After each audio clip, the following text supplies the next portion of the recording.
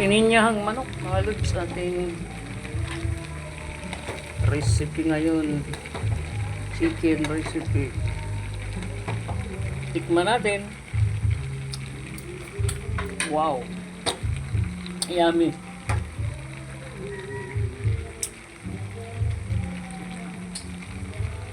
Magdadagdag pa ako ng kunting milk. Para lalong yummy. Ayan po.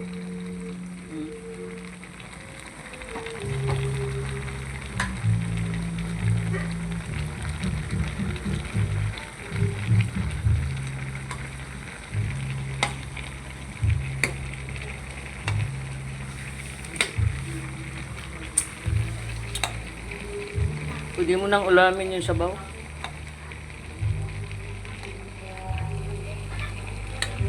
Thank you for watching.